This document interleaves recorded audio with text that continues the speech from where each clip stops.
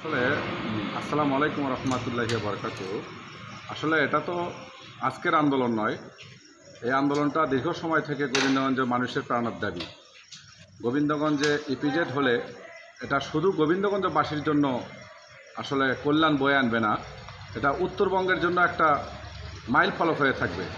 আমি বিশ্বাস করি এই শিল্প কলকারখানা যদি গোবিন্দগঞ্জের মাটিতে হয় তাহলে এখানে অনেক মানুষের কর্মসংস্থান হবে এবং গোবিন্দগঞ্জবাসী উপকৃত হবে।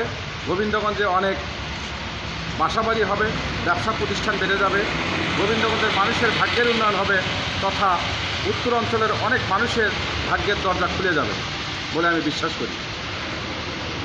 দিবেন এবং থাকবেন। আসলে এই ইপিজেডটা তো কোনো দলীয় বিষয় নয়, এটা হলো সর্বদলীয় সর্বজনীন। আমরা চাই সমস্ত দল ঐকমত হয়ে এই ইপিজেডের আন্দোলনের শরিক যেন হয় সবাই, এবং যদি সাড়া পাই যে এখানে ঐক্যবদ্ধ আন্দোলন হচ্ছে গোবিন্দগঞ্জের প্রাণের দাবি ইপিজেড নিয়ে, অবশ্যই এই আন্দোলনের শরিক হয়ে গোবিন্দগঞ্জের ন্যায্য অধিকার বাস্তবায়ন, এই ইপিজেড যে হওয়ার কথা ছিল এই ইপিজেড বাস্তবায়ন করে ছাড়বো ইনশাআল্লাহ। এই ইচ্ছা আকাঙ্ক্ষা আমার মধ্যে আছে অবশ্যই।